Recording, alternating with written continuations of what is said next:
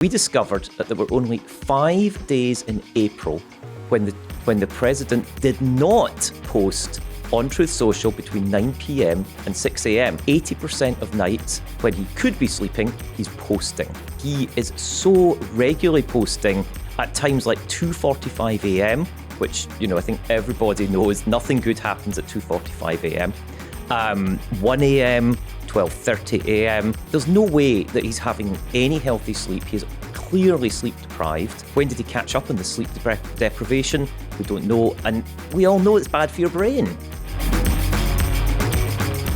I'm Joanna Coles. This is the Daily Beast podcast, and what a week. We have an incredible story for you about how little the president sleeps. Our correspondent Josh Fiallo has been tracking his Truth Social posts, and it's very clear that the president is up frequently during the night, agitated and panicked and fearful, it seems, from the Truth Socials he's sending out. He's managed to break the polls. We had the disastrous White House correspondence. We had the select committee hearings for Pete Hegseth, which showed him massively on the defence. And of course, we have the very strange, ambiguous situations surrounding the war in Iran. Who better to get into this with than our very own Hugh Dougherty, the Daily Beast's executive editor, who was actually amazingly in the room next to the alleged shooter at the Washington Hilton last weekend. But before we get into it, and before we get Hugh's total breakdown of the crazy of the week, just a request that you smash the subscription button wherever you're listening or watching this podcast. We are independent media, increasingly rare these days, and we really appreciate your support. We're almost at 700,000 subscribers on YouTube, which is amazing given that we really only started podcasting in earnest about a year ago. We're thrilled with your support. And also, don't forget to leave us comments. You, I'm sure, have all sorts of reactions to the conversation we're having. We love to know what your reactions are, and I answer as many as I can, and I read as many as I can. But let's get into it. No more of me. Let's hear what Hugh's got to say. Hugh Dougherty.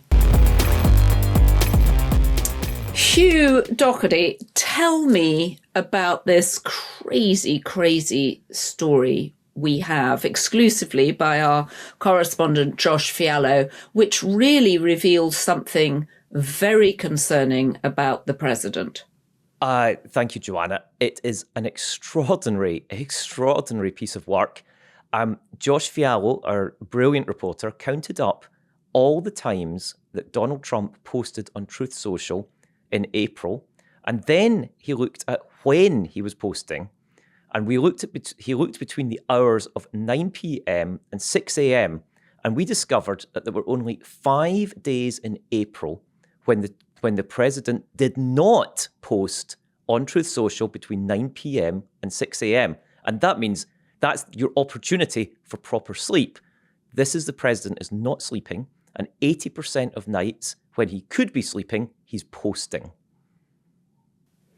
So I think it's probably fair to say at this point that Donald Trump is sleep disordered. He doesn't appear. I mean, the diagram that we have of this information about him sleeping is really alarming. It suggests that the longest time he seems to sleep is about 3 hours, and the frenzied nature of the posting suggests he is having anxiety in the middle of the night. Obviously, there's a lot going on, and we'll get into that in this podcast. I mean, we're going to talk about the war. We're going to talk about Pete Hegseth. We're going to talk about the crazy meltdown that Scott Jennings had on CNN. We're going to talk about the poll machine breaking because the polls are so low. But this is really, I think, extremely concerning about the mental health of the president. Right. I mean, first of all, obviously, he's 79, which we know well and we document daily on the Daily Beast. But what this shows is that he is so regularly posting at times like 2:45 a.m., which, I think everybody knows nothing good happens at 2:45 a.m., 1 a.m., 12:30 a.m., there's one day in which he posted 18 times between midnight and 2:45. So there's no way that he's having any healthy sleep. He's clearly sleep deprived.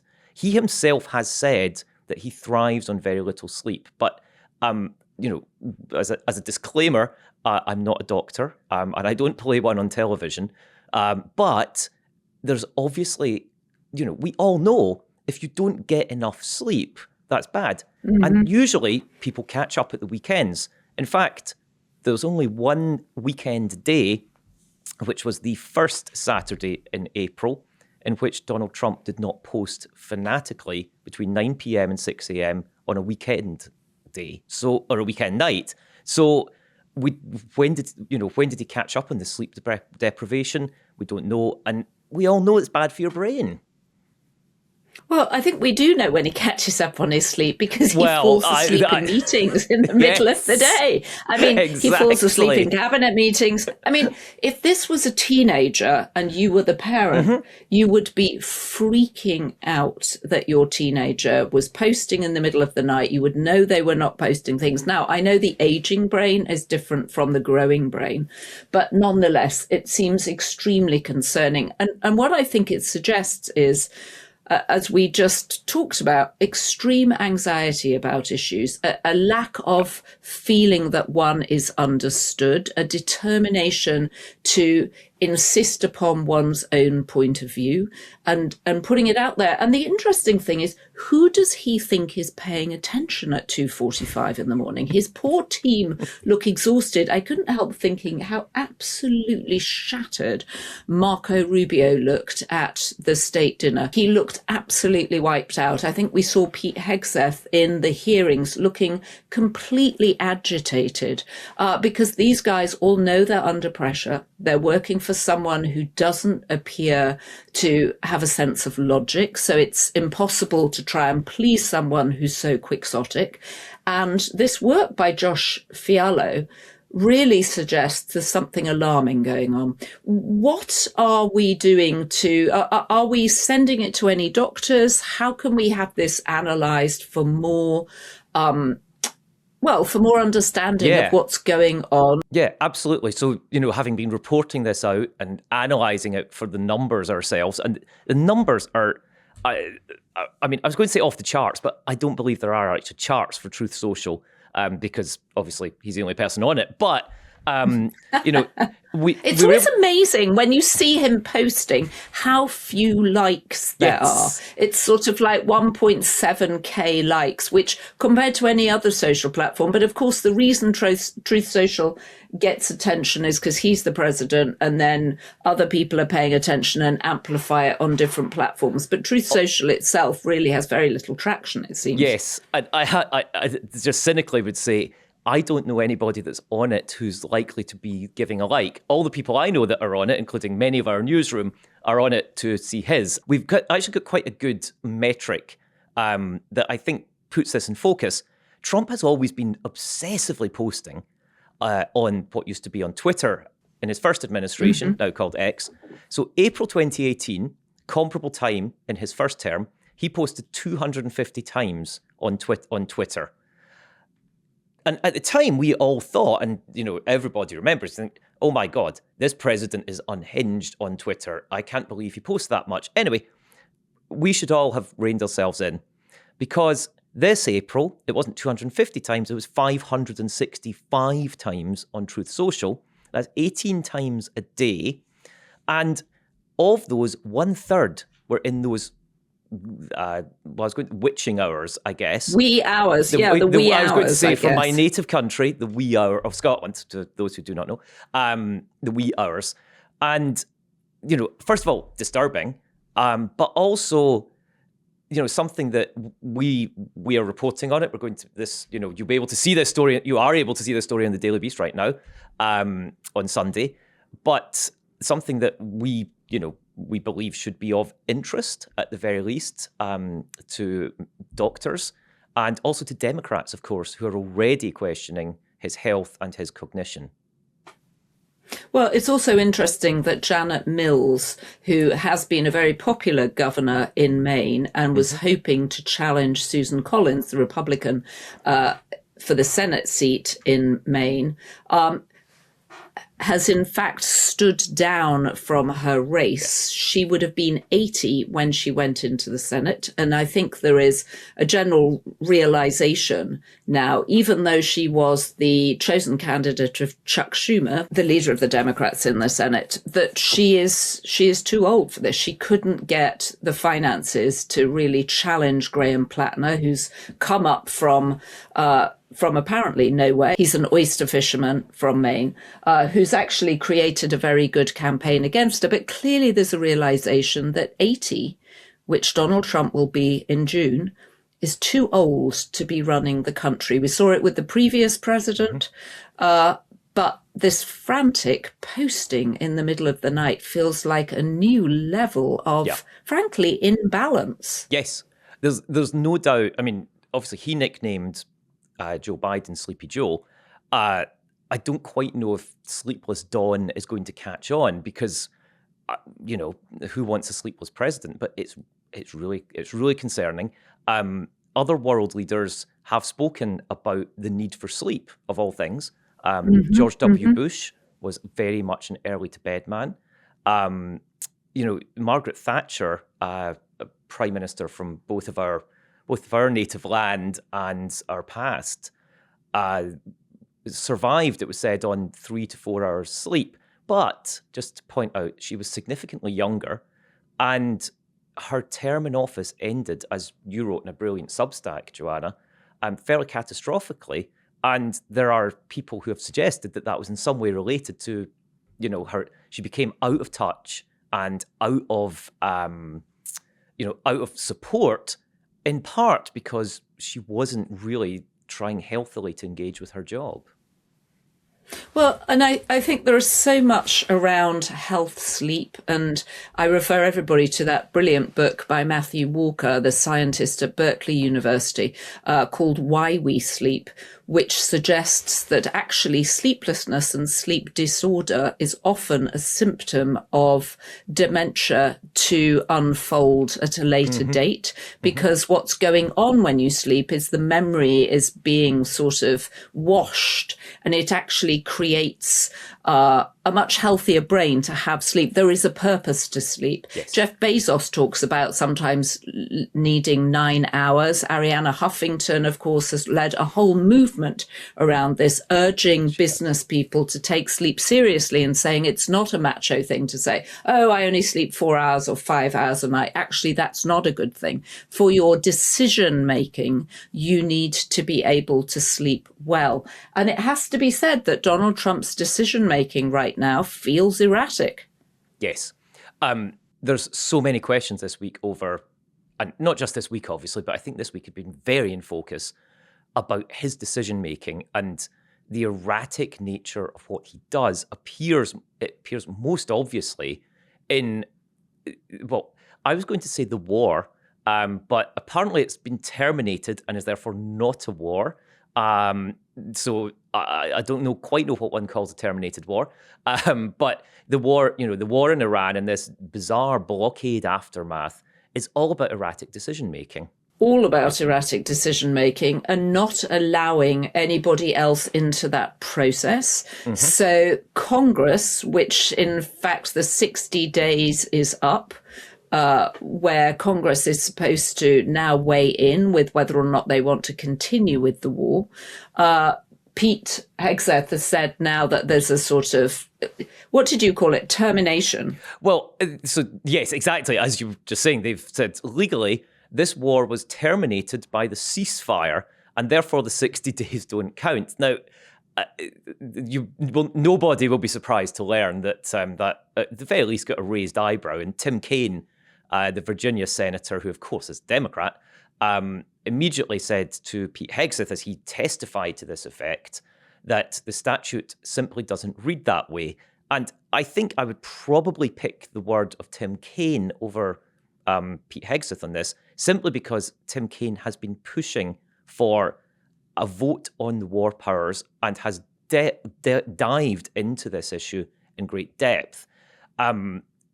So he did not accept it, and I suspect many other people won't accept it. But this is kind of this is just one of the aspects of how this war has gone wrong, because, why are we at war? Well, there's various reasons. We don't know. There's been lots of justifications, different justifications. And what's actually happening in what I was going to say was the Strait of Hormuz. But just to go back to Sleeplessness, one of his posts in the middle of the night renamed it the Strait of Trump.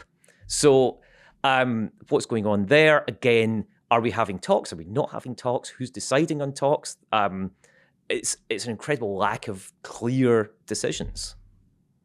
I mean, this is so extraordinary. Can you imagine working for Donald Trump and every morning you have to wake up and see what he's truth socialed overnight and then react to it? I mean, this is such a relatable story for anybody who's got a boss who's slightly erratic or who's got some issues or whatever. The idea, I mean, I actually had a boss once who used to text me drunk late at night. The text was somewhat incomprehensible, but there's always enough in there to make me think, oh goodness, I need to do this. And then when I would contact them the following morning, there was no memory of them having sent the text at all. And so I wonder if he posts these things and then it's almost as if he's got them out of his system, or if he remembers them, or if he keeps looking at them and reminding himself what he's truth socialed. But it's very concerning. It's very concerning. And we urge everybody to look at Josh's piece. Yes. We've put a chart out there so you can see the nights he didn't appear to sleep at all. There are certain nights when he barely got more than 90 minutes shut eye. And it's truly concerning in the man who's the leader of the free world. It is. Can I just set people's minds at rest, by the way? Because obviously people are watching this. Joanna is my boss, and I have no. I was nodding when you said it was relatable, Joanna. That was not you. Absolutely not you. I just hope that I'm also a boss of people in a much smaller capacity than Joanna. I'm hoping they're not finding that relatable. So I hope I'm innocent, but Joanna is absolutely innocent for those who are just wondering.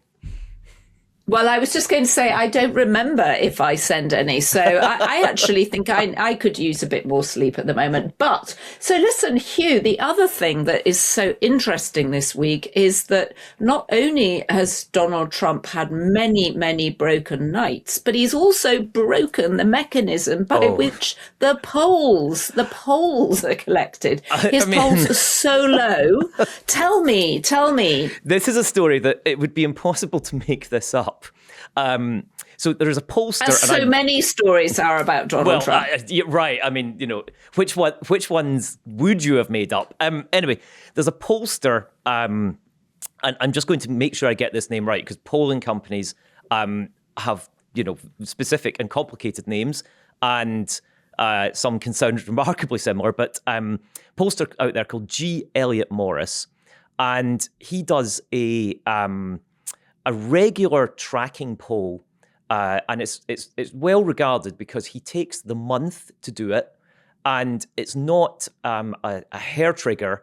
It's seen as a sort of a comprehensive look at people's feelings about how the Trump administration, and obviously previously the Biden administration, but how the Trump administration is doing on a series of key issues. It's called Strength in Numbers, and it's by Verisight. So it tracks an overall rating, how he's doing on healthcare, on deportations and immigration, which, are issues that go in different directions, on trade, on civil rights, and in democracy.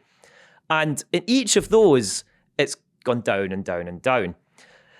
But there is one issue that's broken his graph. It's the issue of inflation. The precipitous fall of it is so bad that he had to tack on extra negative numbers because it was so low. Previously, his graph only went down to -30. Now, it has to go down to -40. And as you'll be able to see, it's so precipitous in fall that he's going to have to do it again. His words, G. Elliot Morris said, "Trump literally broke the scale of this graph on my data portal." He basically had to reprogram his data system. It's he has never seen it before. I mean, I know Trump is always saying, like, you've never seen before, so he might see this as a positive, you know. Right. No one's seen anything like it before. Never before. Never before. It's never been done before.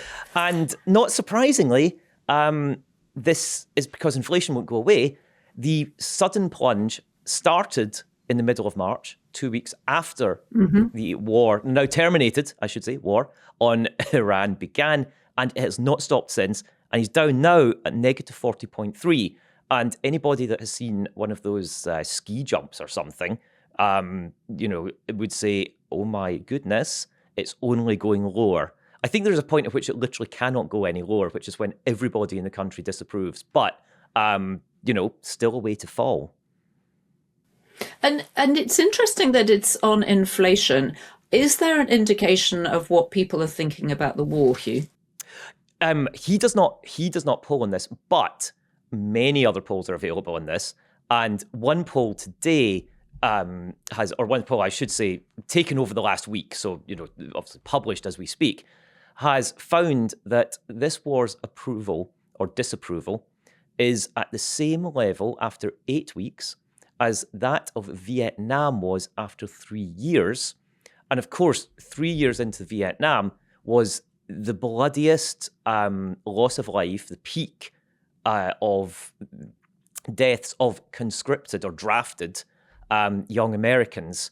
And while tragically there has been a loss of American life in the Gulf, and those deserve to be honoured and remembered, clearly not on the same scale at all. But that level of disapproval, up in 63% disapproval, is the same as it took 3 years of Vietnam. So there's no way to say that this is a popular war.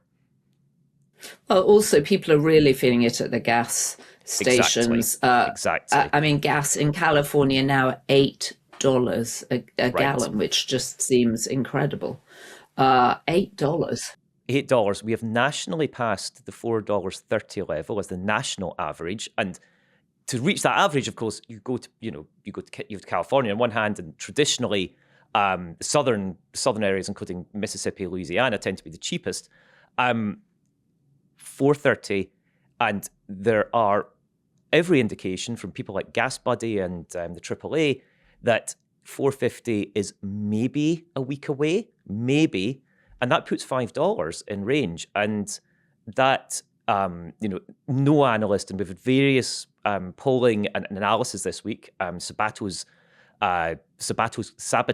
crystal ball, which is easier to read than it is to say, but Sabato's crystal ball suggests that when you hit a $5 gallon fuel price, there actually isn't a parallel for the disapproval ratings that is likely to appear.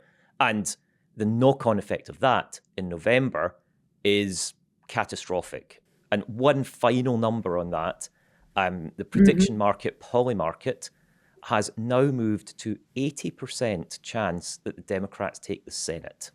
And wow, at the beginning 80%. of the year, you could have bought at something like 10%. So I'm not, by the way, I'm not an advocate for gambling, but I think it's an obvious indicator of where we are moving. Wow. So how did Pete Hegseth appearing in the select committee hearings this week, how did that in any way influence people's opinion of the war, do you think? Do people feel that he's got a bead on it, or do they think this is a man who ran two veterans organizations, both of which ended badly amid accusations and recriminations of drunkenness and of disorganization and financial issues, all of which I'm sure Hegseth has denied. Of course.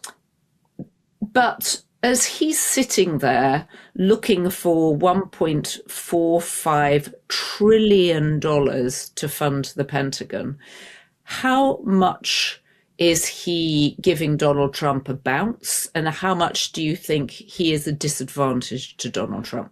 I'm very confident that there were no signs of any bounces in any polls after Pete Hegseth testified first to the House and then to the Senate. And there were I know, Joanna, you had a fantastic conversation with Representative Jason Crow of Colorado, whose questioning of him went viral, very understandably. Other representatives and senators' questioning went viral as well, and all of them were Democrats. No Republican went viral for their support of the war. It was very, very clear that Hegseth's testimony was not helpful and was quite possibly harmful. And you just mentioned the extraordinary budget that they're looking for. And one of the key things he said, or he was asked, what is the cost of the war?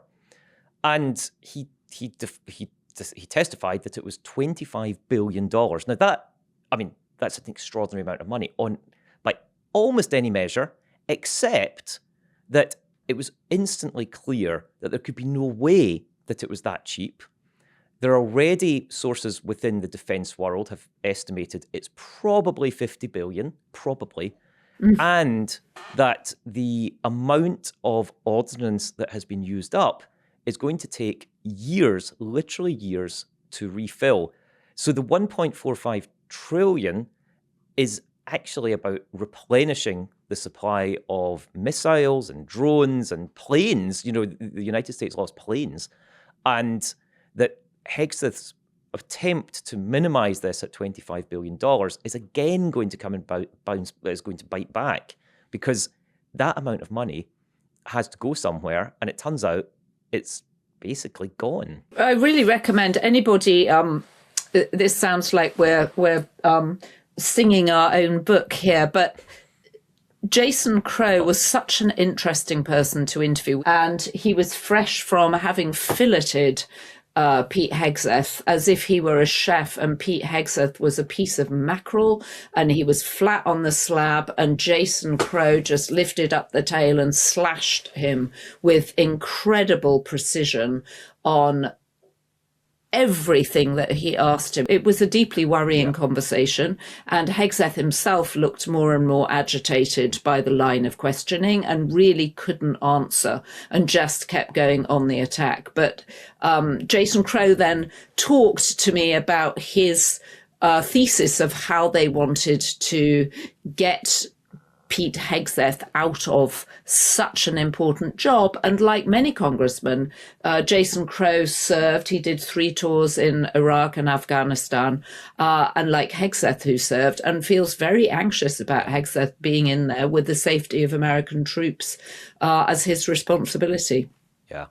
And as you say, many of those, particular members of the House, have served actively in the recent endless wars in Iraq and Afghanistan, and they were extraordinarily personally concerned. And among those, notably, was Sarah Jacobs, who represents district in Southern California that is the home to many of the Marines who are currently in I was going to say in action, but in deployment in the Middle East. And she had some very, very biting questions about the ability of Pete Hegseth to come or to help and support those people. And she also had a question about the mental fitness of the president and whether Pete Hegseth would obey an illegal order. So it was really extraordinary to see it. And to go back to your original question, this does not help Donald Trump at all, and raises the question of how long Hegseth has got. And it's really interesting to think how the select committee hearings in the end did for Kristi Noem. They did for Pam Bondi. RFK Jr., I think, did horribly in some of his. He had, I think, 7 committee hearings and just looked terrible. He was stuffing a tobacco pouch up his lip. He just looked like he couldn't believe he was there. He was super aggressive. And I don't think that this is playing well with the public. This is not making people feel confident. It makes them makes the secretaries in the hot seat look very defensive. I mean, Pam Bondi going after people saying, I'm not responding to your theatrics, but really the theatrics are coming from the cabinet secretaries who are performing for an audience of one, as Michael Wolff is always saying, an audience of one, Donald Trump. And these select committees are not helping them. And if I were the Democrats, I would be holding them every single day. Yes. And it's interesting that, just go back to one of the things you mentioned about Graham Plattner up in Maine, who is also, by the way, served, and that, there's controversial elements to that about the nature of his of after his service, tattoos, all sorts of things. But he was part of the war, the endless wars. But one of the things that he has said is, if he is elected, he will be using the power of subpoena to drag those secretaries in front of Congress day after day after day after day. And he says, primarily to stop them doing things, because if they're there, they can't do bad things.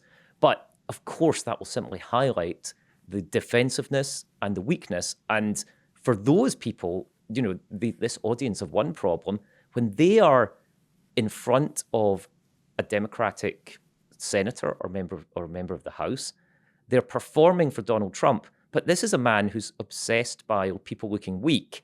And the more that you are on the defensive and performing the defensive, he also hates that. So I think the Democrats, Jason Crow's tactics, are setting up a real tactical trap here. There's a whole group of Marines as well who are either in Congress or running. Graham Plattner, Jake Auchincloss and Seth Moulton on the Northeast, Alyssa Slotkin, Jason Crow, as we've mentioned. A very interesting bunch of young Congress people with a lot of energy, and many of them seem to be bringing a new layer of confidence and precision to the Democratic Party. Yeah, I don't think there's any doubt about that it's fairly clear that that these are people who are very concerned about the welfare of Americans in a theater of war, but who are also really, really training themselves tactically and have a strategy here that puts the Republican Party and the MAGA officials in a very, very difficult spot of defending, let's just be honest about this, what turns out in the court of public opinion to be the indefensible. So another person who's always defending Donald Trump and frequently what we would think of as the indefensible is a character that is very big on the media scene at this point that we love to write about, Scott Jennings. Scott Jennings is, for those of you who don't watch CNN, is a regular character. He's often on Abby Phillips's show in the evening. I've come across him a few times there. And this week, he really seemed like he'd had enough, actually. Yeah, well, where do we begin? So as you say, Joanna, Scott Jennings has become an incredibly present character, I think I would say, not just for CNN viewers, for Daily Beast readers, for I think, for a lot of people. But more importantly in this context, just to set up, he's become actually quite a powerful figure because he goes on CNN, he defends Donald Trump to the hilt, and that's kind of ironic because previously he was a top aide to Mitch McConnell and was in fact very publicly skeptical of Donald Trump and disgusted with him after January the 6th. But he's the Damascene conversion, which has given him a big presence in the MAGA movement. He goes, he does speeches, he is cheered and applauded because what does he do? He brings it to the libs. He really owns the libs on television. And I would say kind of mostly true, right? He's a bulldozer. He demolishes people in debate.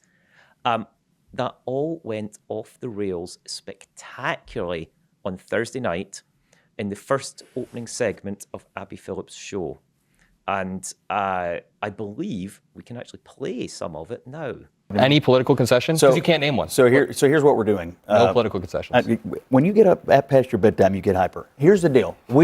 Now you're making condescending remarks because you can't defend the fact that this war is not going your way. Wait, one more time. Not going your way. Name one political Get your concession. hand out of my Name face one political first. concession. Whoa. As you can see there, Joanna, what he says is, get your effing finger out of my face. And he's saying it to Adam Mockler, who is 23. That is less than half his age. Scott Jennings is 48. He is a father of 4. And he attempted, first of all, to put down this young activist Democrat by saying, you get hyper when it's past your bedtime. But Adam Mockler, who appears on the Midas Touch network, who are, do great work, and I know, Joanna, you've been on with them, kept and persisted. And he kept asking a really significant question, which ties back to a lot of what we've been saying. What political concession has Donald Trump secured from Iran after these weeks of war? And he just kept persisting in asking it. And that is when Scott Jennings absolutely lost it, as we have just seen. So a really very public blow up.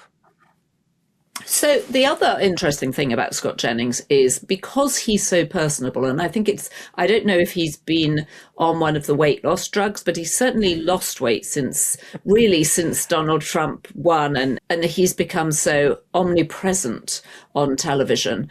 Is people are now calling on Scott Jennings to run and saying, oh, Scott should run for Senate, Scott should run for Congress. I think some people are even saying Scott should run for president. Do you think it's possible that Scott Jennings could be selected for something?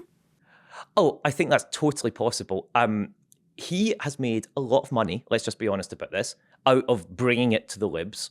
He has a syndicated show on the Salem Radio Network, which is a conservative network, which puts him in the cars and in the ears of, a very large audience that is the Republican base. There's no doubt that he has raised his profile in a way that, other people have benefited from here before. Go on the media, go and fight, and bring energy. And he's a presentable person, right? As I said, 48-year-old father of 4, lives in Kentucky. He has, as you say, become thinner. Perhaps he's just on TV so much, he just never gets near his dinner. But he has a lot of the things that would make a good candidate in the modern world. So there's no doubt that's got to be in his mind. The question is, finger pointing and F-wording at a 23-year-old, is that a good thing or not? Well, and it's interesting in terms of him coming from Kentucky, because it makes you think of the fight in Texas between John Cornyn, who's been a senator for 4 terms, now being challenged by the much, much noisier Ken Paxton, who was the Attorney General of Texas, got impeached, I think, as Attorney General. Very controversial figure.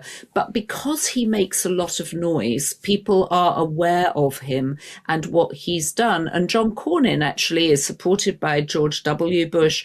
He's pretty right-wing as Republicans go, but he's prepared to work across the aisle with the Democrats. He's known to be conciliatory, to look for common ground.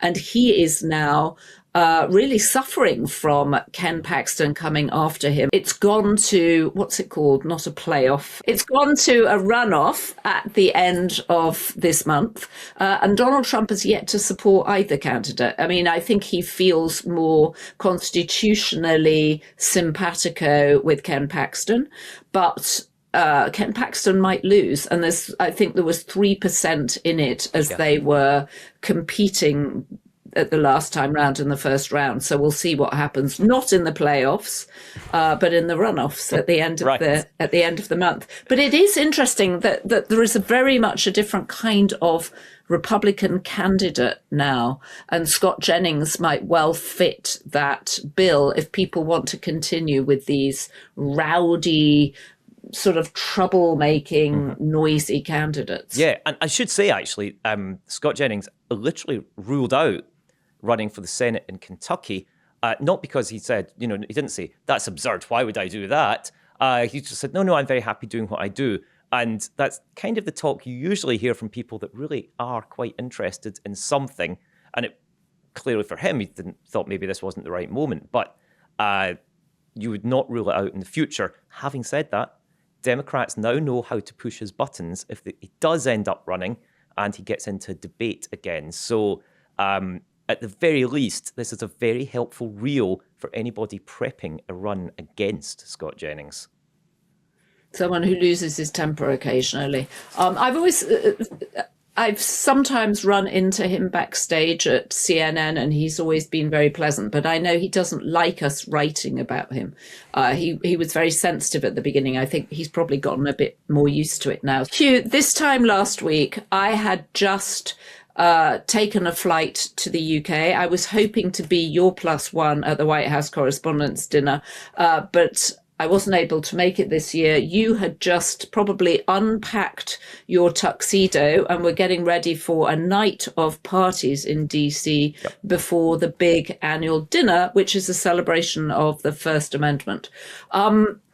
Reflections a week on from what turned out to be a crazy, unpredictable evening.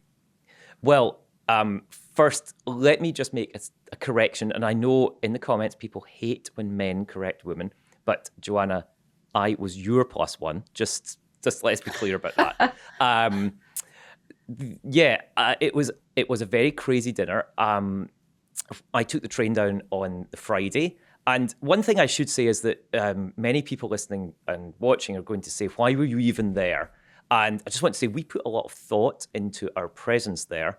And we decided after a lot of debate and a lot of thought that it was the right thing to do to go. And I don't want to plug myself too much, but if you go, we did a live stream on Thursday, which is obviously available on the YouTube channel. And I addressed this at the end and explained our thinking at length. And I'm more than happy for people to, come at me, comment, whatever. Anyway, on that Friday, I went down, I checked in. I went up to my room. I went to room 10235, and I mentioned that name just because it'll become significant. I went to parties. It's one of the great privileges and, part of the weekend that you go and meet people from all sorts of different outlets and organizations and bodies that are going to be useful for your reporting in the future. I went to a party hosted by YouTube, who we're coming to many of you on YouTube. So we wanted to show our support for them. I went to a party at the British Embassy, which is a great privilege. It's one of the most incredible buildings in Washington. And when you walk in, as Joanna, you know very well, because you've been there far more than me as somebody that the royal family have themselves honoured, you could walk in and there's a portrait of all people, King George III. So I went to these things. On the Saturday, I was going to be accompanied by our brilliant DC team, David Gardner, Farrah Thompson, and Sergio Weiss, and by our global editorial director, who came in your stead, Joanna, Nicole Hines, managed to make it all the way from London, and, went downstairs. Well, I tied my bow tie. I just like to say it was a real bow tie, unlike Kash Patel's, and tied my bow tie, went downstairs, and eventually went into this ballroom. And everybody has seen what happened. Everybody has seen the chaos, the incredible scenes of a SWAT team rushing onto the stage, of Cheryl Hines being left behind as RFK Jr.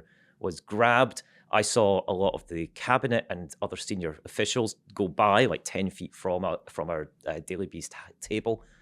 Pete Hegseth, he did not look like a strong man, I have to say. He looked, to be honest, pretty shaken up.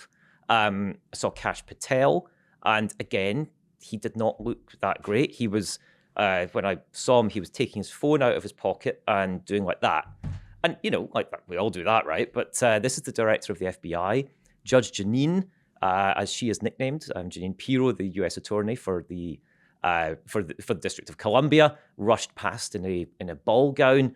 It was really this incredible scene. It was very chaotic. It was very unclear what was happening, and it was a reflection, I think, of how even if you are the most powerful man in the world, you can't control things. You can't be, the supreme power. Things happen, and they cause downstream effects, and they cause chaos, and they are beyond Donald Trump's control, particularly.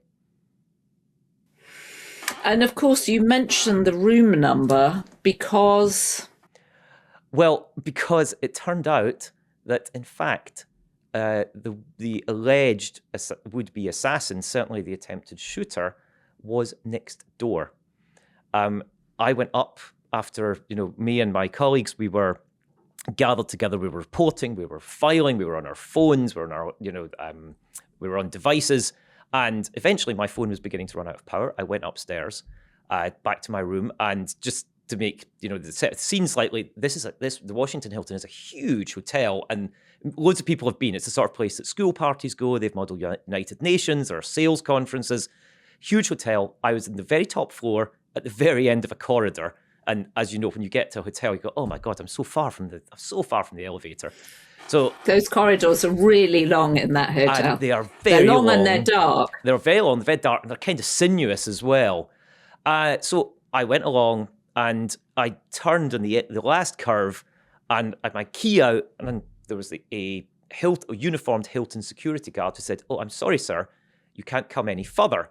I was like, "This is kind of odd." I said, "Oh, I just need to get to my room. It's right there," and there was an officer in front of it. And I said, I just need to get my phone charger, to be honest with you. Thinking, sure, they're going to let me in. And he said, "Oh, well, just come back in 20 minutes. It's for your own protection." And I went, "Okay." And I thought at that moment that somebody that they protect was in one of those rooms, because, Joanna, as you know, we've both stayed there before these other dinners. People book rooms, people who hold cabinet rank book rooms just so they can get changed. So that's what I thought. Oh, how, I wonder who it is, but, this has been an odd night. It could be anyone, and I'll be fine. So I go downstairs.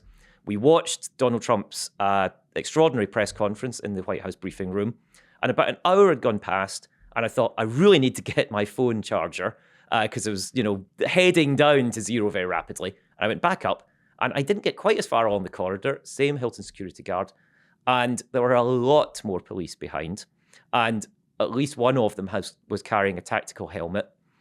And I said, "What's going on?" And one thing I should have said was that in that hour when we were downstairs, sources were suggesting to us and to other outlets that it was possible that the shooter, Cole Thomas Allen, had been a guest at the hotel. And obviously we didn't know. Nobody said this was definitely the case. And when I went upstairs, he said, the security guard said, "Oh, you really can't get to your room, sir." And I said, "Oh." And before there was any further interaction, a detective standing just behind him to the left said, "We are waiting for a judge. This is going to be an FBI crime scene." And at that moment, waiting for a judge means you need a warrant. And I had a flash of realization that this must be the room that the shooter, the alleged attempted assassin, had taken. And it was just an extraordinary moment, a bit chilling, mostly just really surprising that this guy had been next door. And at that point, I didn't know when he had occupied that room, but I thought, oh my God, he was probably sleeping next to me. Is not obviously technically accurate, but that's the thought that goes through your mind.